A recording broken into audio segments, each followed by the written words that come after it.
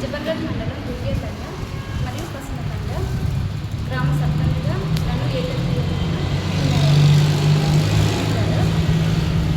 ఎన్నుకున్నందుకు మా గ్రామ ప్రజలందరికీ నా యొక్క ధన్యవాదాలు.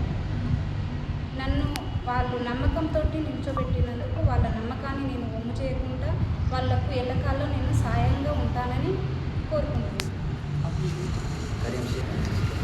మరియు నాకు ఈ అవకాశాన్ని ఇచ్చిన మా గ్రామ ప్రజలందరికీ, దుర్గేతండ మరియు కస్నతండ గ్రామ ప్రజలందరికీ నేను తోడుకుంటానని హామీ ఇస్తున్నాను.